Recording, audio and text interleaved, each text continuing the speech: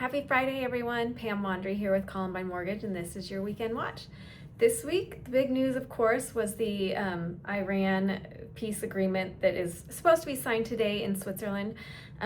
Generally, it's to open the strait with no tolls, no nuclear weapons or obtaining or making by Iran. A few other details went into this. So that was obviously well received by the markets.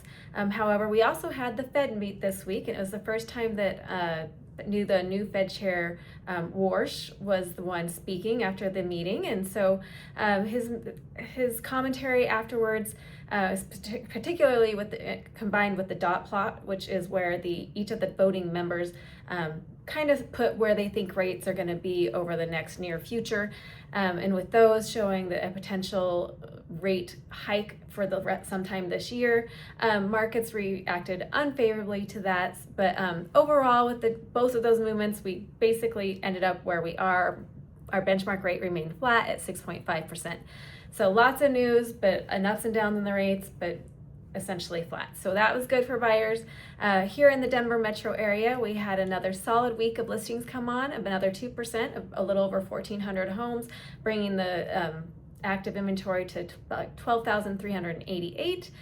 We do see a lot of activity from sellers, however, a little more subdued from buyers, with only a little over 1,000 homes going under contract this past week.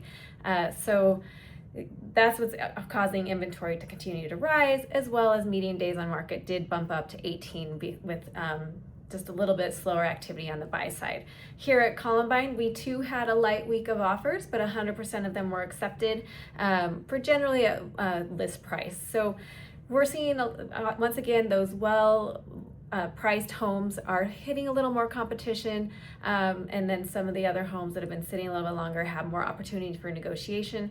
This is where you really want to lean into your agent to make sure you know when you have an opportunity to negotiate and ask for either seller concessions or reduce price, or if you really need to put your best foot forward from the get-go to make sure that you can get under contract.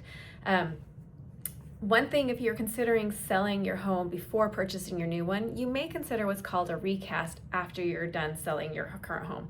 What that means is you take a large lump sum, typically from the net proceeds of the sale of your home, and then pay down the principal balance of your loan.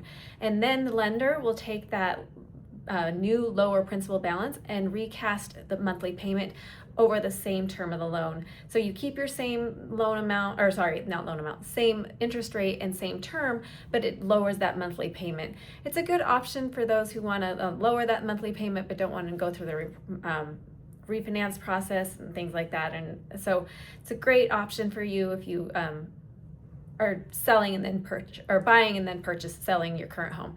However, not all loans allow this, so you'll want to make sure that your loan type allows for this. Most conventional loans do, however, like high balance government loans, jumbos, and non-QM typically do not allow for recasting. So you'll want to pay attention to what actual loan type you have and if that's a potential possibility once you've sold your current home. If you have any questions, obviously reach out. This is going to be a gorgeous weekend. If you're headed out this weekend and you have questions or need numbers, that's what I'm here for. Happy to help however I can. Have a good one, and I'll see you next week. Bye.